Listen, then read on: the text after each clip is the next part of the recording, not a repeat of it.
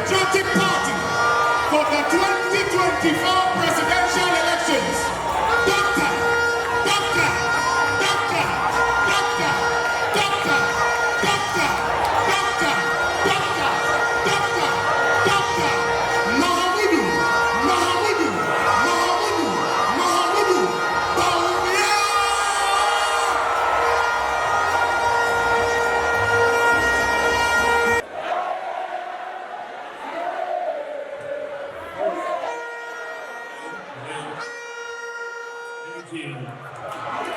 Thank you very much. Please sit down.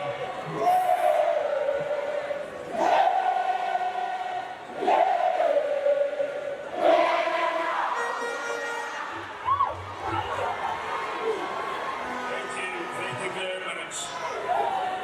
Your Excellency, John Adekum Kufuor, former President of the Republic of Ghana, Her Excellency Rebecca Akufo-Addo, First Lady of the Republic of Ghana, Her Excellency Samira Bawumia,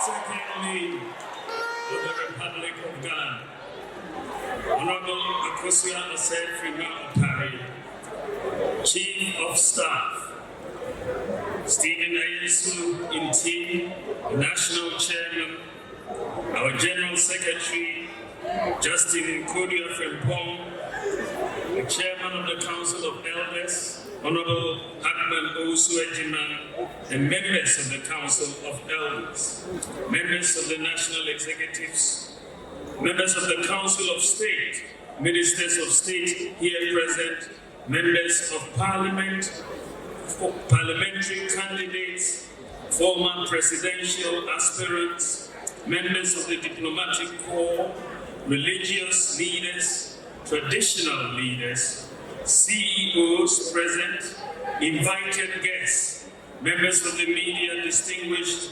ladies and gentlemen. 3 months ago, I was elected as leader and flag bearer of the new Patriotic Party to lead the party into the 2024 election. I am eternally grateful to His Excellency the President, Nana Addo Dankwa Akufo-Addo, for giving me the opportunity to serve as Vice President. 11 days ago, the party also completed its election of parliamentary candidates for the 2024 elections. Let me use this opportunity to also appreciate the leadership and grassroots of our beloved party, the NPP, for the seamless organization of the parliamentary primaries following on the equally successful presidential contest. I believe the time has now come for me to speak to you, the good people of Ghana, about my candidature, what we have experienced as a nation, my vision and priorities, and why I believe I am the best candidate for the presidency of this country.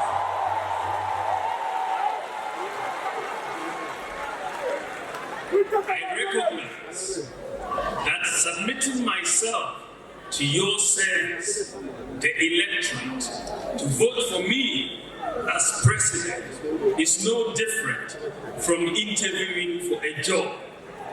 One needs to tell a prospective employer what he has accomplished in his previous job and how he can successfully deliver in the new position he is seeking, which is what I seek to do in this speech.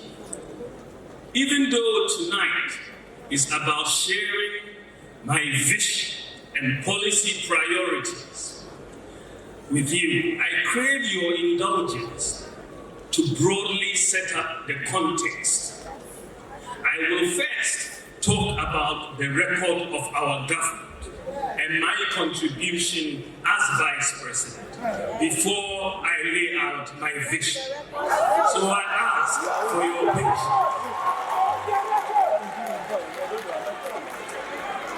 Ladies and gentlemen, when we assumed office in 2017, we were confronted with an economy with declining economic growth, along with several problems and challenges. A graphic description of the state of the economy at the time was provided by the former president and my main opponent for the 2024 presidential election, who announced to the nation that the meat was finished and the economy was left with bones. Notwithstanding the difficult economy we inherited, we had to get on with it and start to fix the problems. We started with a clear, decisive, and deliberate program to, among other things, stabilize the economy, fix DUMSO, fix the National Health Insurance Scheme, fix the roads, clear the arrears, make education free and accessible, significantly enhance social protection for the vulnerable in society, industrialize our economy, tackle youth unemployment, and empower farmers. Between 2017 and 2019, all the key economic indicators, such as economic growth, agricultural growth, industry growth, interest rates, fiscal deficit, exchange rate depreciation, and the trade balance were all moving in the right direction. However, between 2020 and 2022, we experienced severe challenges triggered by the pandemic, which brought the world and our country to a thundering halt. We may be tired of hearing it, but there is no avoiding the fact that the COVID-19 pandemic and the Russia-Ukraine war resulted in the greatest economic depression in the world since the 1930s, with most countries recording negative GDP growth. The severity, especially of the pandemic, was captured in the words of the IMF Managing Director, then asked, and I quote, "This crisis, like no other. This is a crisis like no other. Pandemics don't respect borders. Neither do the economic shocks they cause. The outlook is dire. We expect global economic activity to decline to a scale we have not seen since the Great Depression." End quote. Supply chain disruptions and rising price of oil resulted in major increases in the prices of fuel, freight, and food across the globe. I believe it is worth pointing out that in addition to the external factors, there were two major items of expenditure that are critical to understanding the difficult economic situation we have faced. And these are the banking sector cleanup and the energy sector excess capacity payments that we inherited. Expenditure on these three items, including the COVID-19 expenditure, cumulatively amounted to 50.1 billion Ghana cedis, and this was financed from borrowing. Ladies and gentlemen, the fiscal deficit, which was reduced from 8.4% to 4.1% in 2019, increased to 10.8% in 2020 as a result of revenue declines in the midst of increased expenditures during COVID. In addition, our debt became unsustainable. Along with many emerging economies, Ghana lost access to international capital market financing. This resulted in a balance of payments crisis, as Ghana had to continue to honor its debt obligations, energy payments, and the import bill. We faced a serious global and domestic economic crisis. There were many who predicted that we were going to end up like the situation in Sri Lanka, with fuel shortages, food shortages, inability to pay workers, doomsday, anarchy, and chaos. Indeed, Ghanaians were hit hard by rising food prices, increased exchange rate depreciation, and rising fuel prices and rising transportation fares.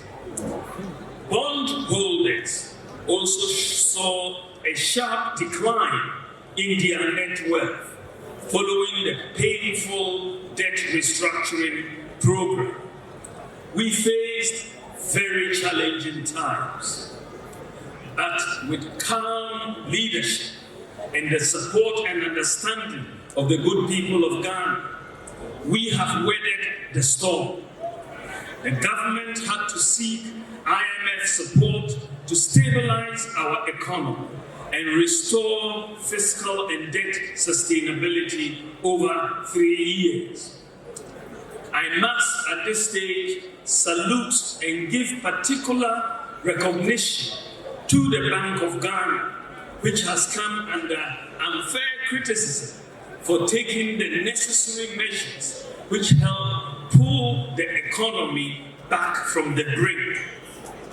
The Bank of Ghana provided needed financing to the government at that critical moment.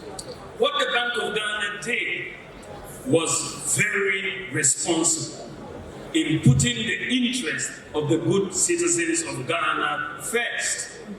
The data which is available shows that the financing provided to the government by the Bank of Ghana was temporary. The Bank of Ghana has provided zero financing to government in 5 out of the last 7 years. Zero financing in 2017, 2018, 2019, 2021, and 2023. The Bank of Ghana financing of government in the COVID-19 year of 2020 and the liquidity crisis year of 2022 was because of the domestic and global crisis, with underperforming revenue and no access to international capital markets. Ladies and gentlemen, the good news is that the data shows that the economy is recovering from the crisis we faced.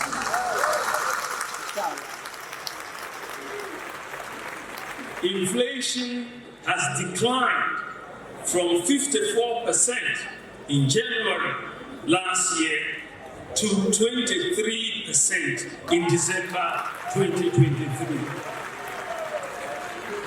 Economic growth is rebounding, spending is under control, and the fiscal deficit as a percentage of GDP has declined from 10.8% in 2020 to 4.2% in 2023. The debt to GDP ratio, after increasing from 61.2% in 2019 to 76.6% in 2021, has declined to 66.4% in 2023. And the exchange rate depreciation has also slowed down sharply since February 2023. Whereas the exchange rate depreciated by 30% in 2022, between February and December 2023, the exchange rate depreciated by only 9%. Ladies and gentlemen, what is remarkable is that notwithstanding the domestic and global crisis that we have experienced between 2020 and 2022, the economic performance as measured by the key economic indicators such as GDP growth, agricultural growth, industry growth, trade balance, exchange rate depreciation, lending rates, gross international reserves, and jobs. The performance of all these key indicators is better under our government than that of the 2013 to 2016 period, when there was no global crisis. Let me give you two examples for the sake of time. You look at agricultural growth and the stronger GDP growth performance in 2017 to 2022 period is underpinned by a strong agricultural GDP growth, which increased from an average of 2.9% between 2013 and 2016 to an average of 6% between 2017 and 2022. We have done double what we inherited, notwithstanding the crisis. We have made a lot of progress in agriculture, even though there is more to be done. Rice imports, for example, have declined by 45%, from 805,000 metric tons to 440,000 metric tons between 2021 and 2023. The goal is to be a net exporter of rice by 2028. It is clear that some of our policy interventions, such as planting for food and jobs, have borne fruit. I now tackle exchange rate depreciation. On the performance of the cedi exchange rate, it is also interesting to note that between 2013 and 2016, just before we came into office, the cedi depreciated by an average of 17.7% annually. But since 2016, between 2017 and 2020, there was a significant decline in cedi depreciation to an average of 7.5%. The average cedi depreciation further declined to 6.8% between 2017 and 2021. However, the 30% depreciation of the cedi in 2022 resulted in the average depreciation of the cedi between 2017 and 2022 to be 10.75%. So again, notwithstanding the domestic and global economic crisis, the depreciation of the cedi under our government is lower than that we inherited from the 2013 to 2016 period. Let me talk about jobs. What is probably the most remarkable development in terms of the economy is that our government has created 2.1 million jobs between 2017 and 2022, notwithstanding the global economic crisis. The public sector recruited 1.2 million people, while the private sector created 975,000 jobs, according to SNIT data. We recruited 100,000 more health workers, 100,000 more teachers, more than double the fire service personnel, and so on. Our government clearly has created more jobs in the last 7 years than any other government in the Fourth Republic. This is truly remarkable under the circumstances, even though we still have to create more jobs. Ladies and gentlemen, clearly, notwithstanding the economic crisis, this government has been able to steer the ship of the nation away from catastrophe.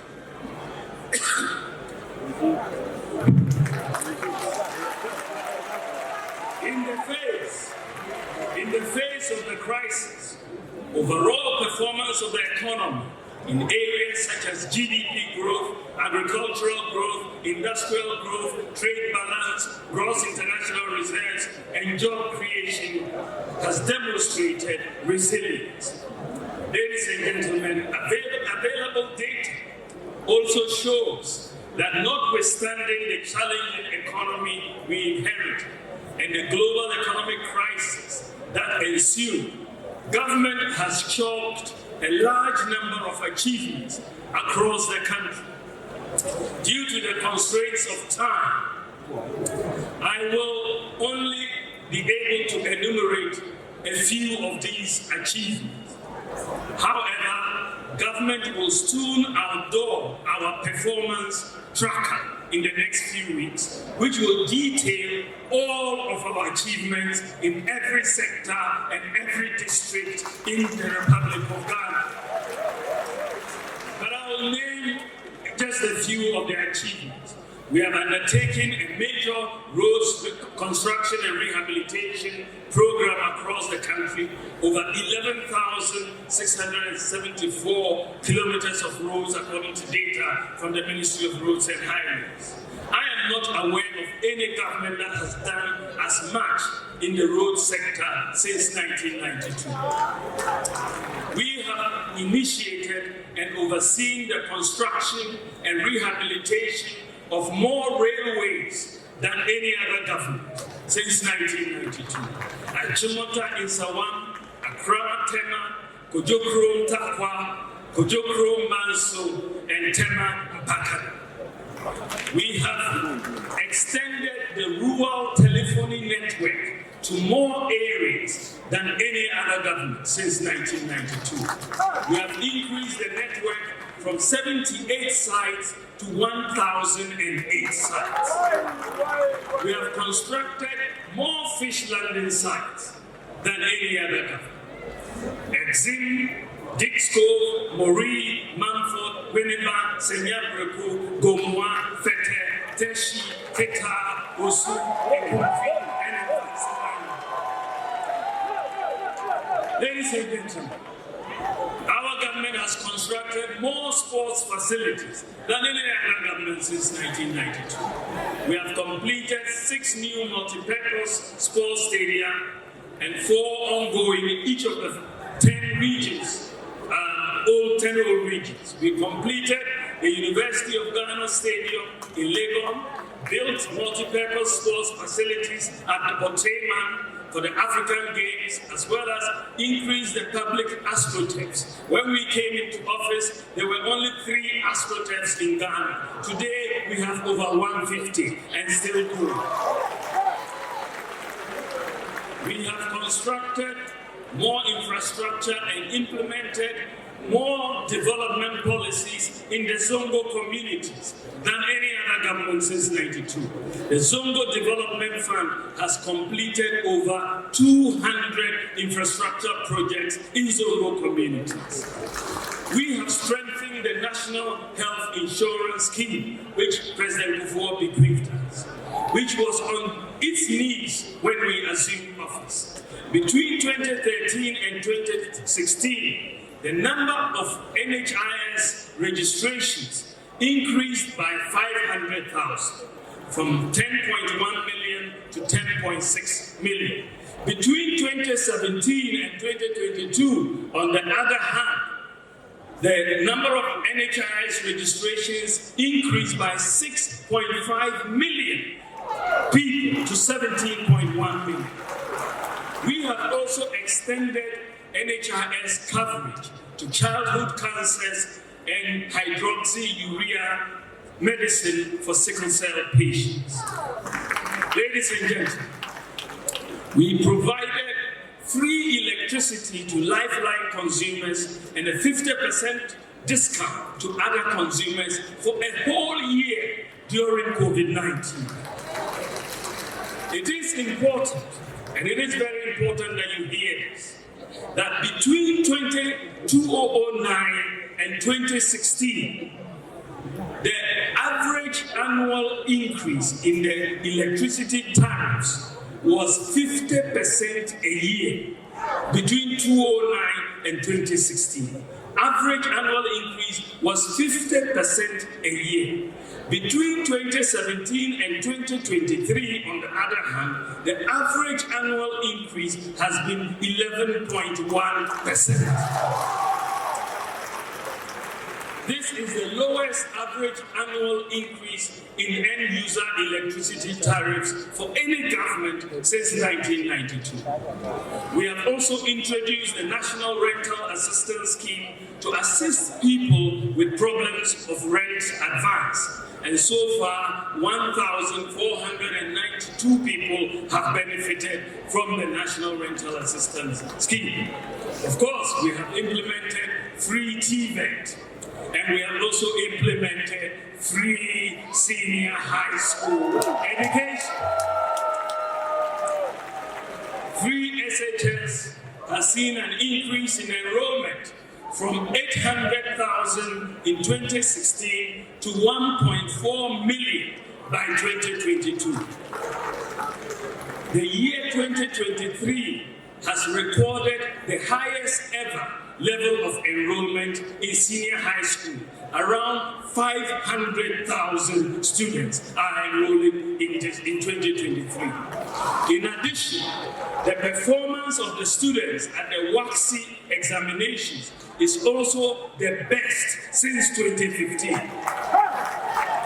And what is even more remarkable is that today we have virtually achieved gender parity in the senior high schools between boys and girls in Ghana.